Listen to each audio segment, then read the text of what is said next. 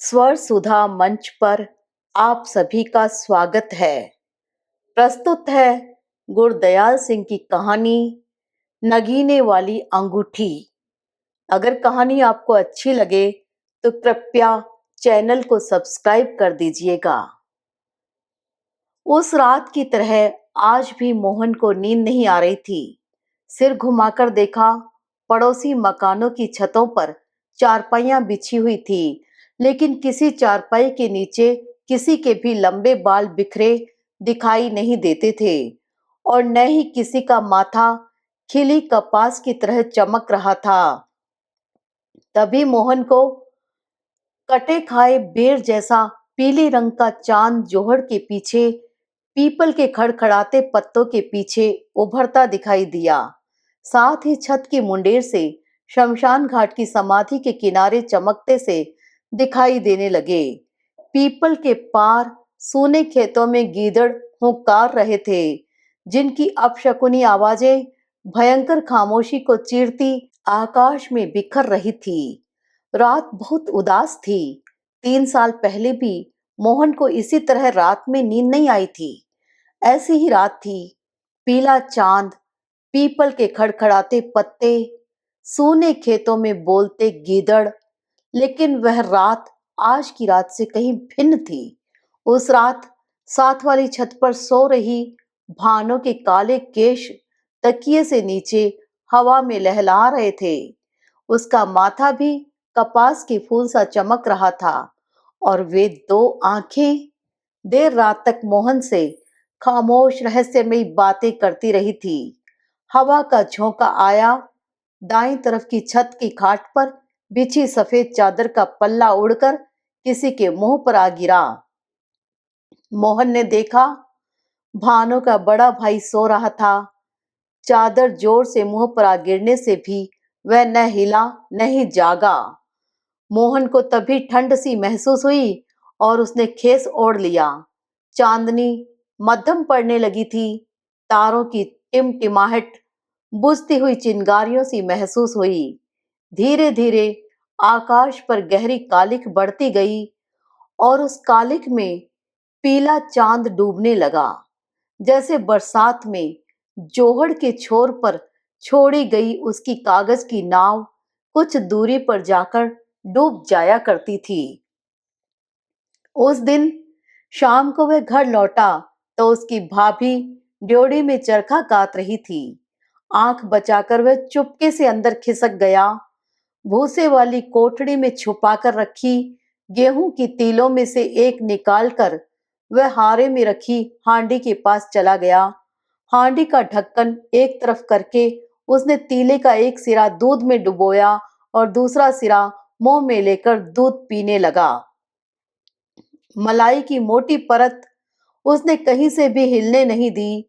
भर पेट दूध पीकर उसने हांडी को ढका और तीला वहीं भूसे की कोठरी में छिपा दिया। कोठरी से लौटते समय उसने अपनी नई फूट रही मूछों पर हाथ फेरा, फिर खंखारा। अब उसके होठ मुस्कुरा रहे थे। ऐसे चोरी से किसी की कमाई का दूध पीकर तुम पहलवान नहीं बनोगे। भाभी की आवाज सुनकर दीवार थामे वह वहीं रुका रहा, लेकिन भाभी आज नहीं रुकी और उसे चुनौती देते बोली, लाज शर्म हो तो अपनी कमाई का दूध पीकर देखो। तुम 5 हाथ लंबे जवान हो, चलते हो तो धरती कांपती है। ऐसे हराम का खाते पीते शर्म नहीं आती?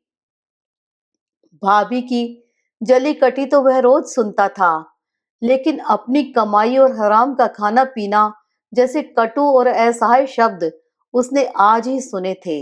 एक पल के लिए मोहन की आंखें जमीन पर गड़ी रही, परंतु अधिक देर तक वह वहां रुक नहीं पाया। ऐसे लगा जैसे किसी ने छाती में भाला चुभो दिया हो। भाभी के कुछ और कहने से पहले वह जल्दी से बाहर निकल गया। रात गए जब मोहन घर लौटा और चुपके से ड्योढ़ी की दीवार के साथ लगी लकड़ी की सीढ़ी से ऊपर चढ़ने लगा।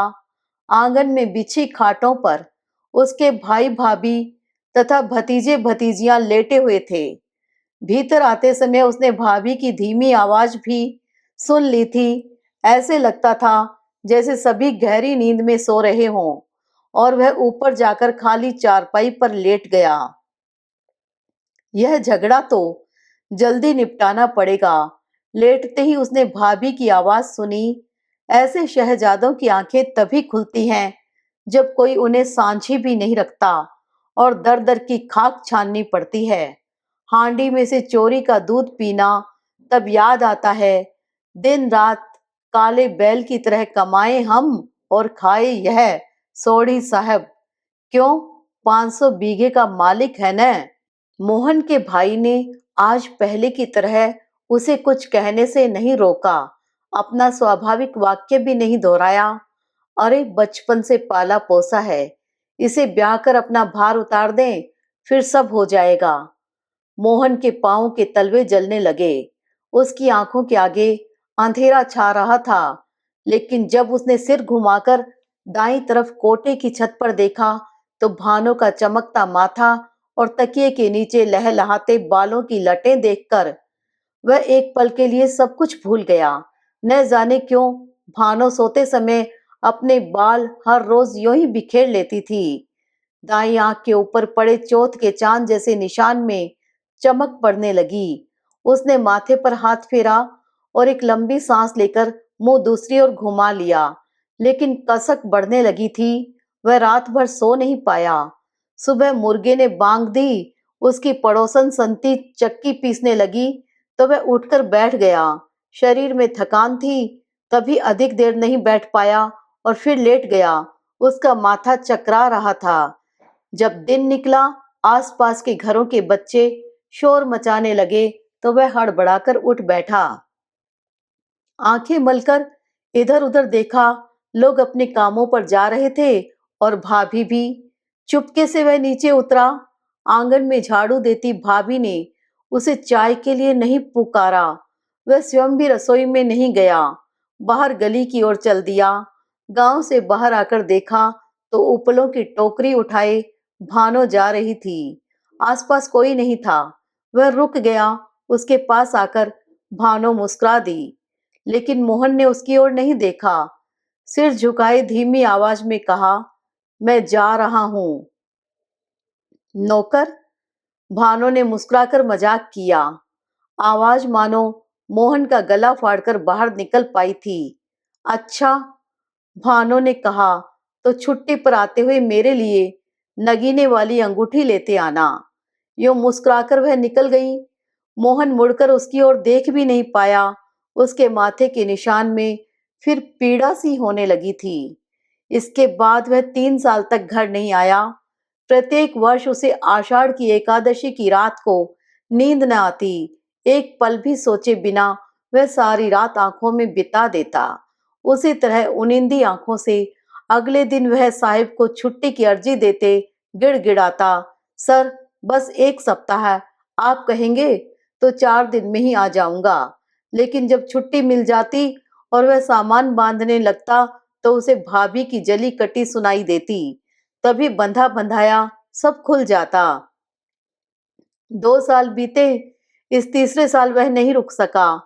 जब वह बिन बुलाए मेहमान की तरह अपना बिस्तर कांधे पर उठाए गांव पहुंचा तो उसे बीसियों गहीरों के बीच उपलों का वह गहीरा जखीरा दिखाई नहीं दिया, जिसे अपने दोस्त की तरह वह पहचान सकता था। भाभी के हाथों का पोता हुआ गहीरा।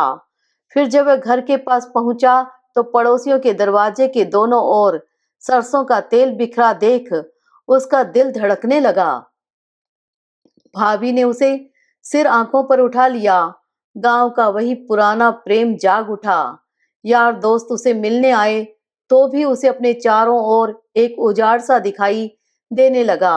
1 महीने की छुट्टी के 7 दिन बिताकर लौटने को तैयार हो गया। सब हैरान थे, पर वह रुक नहीं पाया। आज भी एकादशी की रात थी। फर्क केवल इतना था कि एकादशी शाम पक्ष की थी। वह सारी रात आंखों में बिताकर मुर्गे के बांक देते ही उठकर बैठ गया। सुबह की गाड़ी से उसे जाना था। स्टेशन गांव से 5 मील दूर था। नीचे आया तो भाई उसके लिए किसी का ऊंट लेने चला गया था। भाभी उसके लिए मीठी रोटियां पका रही थी। वह धीरे से अंदर चला गया और अपनी वर्दी पहनकर जब अपना सामान इकट्ठा कर रहा था, तो उसकी भाभी मुस्कुराते हुए उसके पास आकर बोली, भाभी की यह निशानी भी संभाल कर रख ले। मोहन ने भाभी की ओर देखा। क्रोशिये से बुना सितारों वाला रंग बिरंगा एक रूमाल उसके हाथ में था। रूमाल से नजर हटाकर भाभी की ओर देखा तो उसकी आंखें लालटेन की मध्यम रोशनी में भी नगीनों सी चमकती दिखाई दी। मोहन के मन में उथल पुथल हो रही थी। देर तक वह भाभी की आंखों में नहीं देख सका। चुपके से रूमाल पकड़ ट्रंक में रखा और उसी में से एक हरे रंग का पतंगी कागज निकालकर भाभी को थमा दिया। यह क्या? भाभी ने पूछा। मोहन बोला नहीं। यह मेरे लिए लाया था क्या? भाभी ने कागज से अंगूठी निकाल हैरानी से पूछा। अरे, यह तो नगीने वाली है। हाँ, अपने जीवन में यह हाँ पिछले 3 वर्ष में वह पहली बार बोला था। फिर वह ट्रंक के कपड़े संभालने लगा जिन पर गिरते आंसू उसकी भाभी नहीं देख सकी। जुग जुग जीवे मेरा ऐसा देवर। मुस्कुराते हुए भाभी ने अंगूठी बाएं हाथ की छोटी उंगली में पहन ली।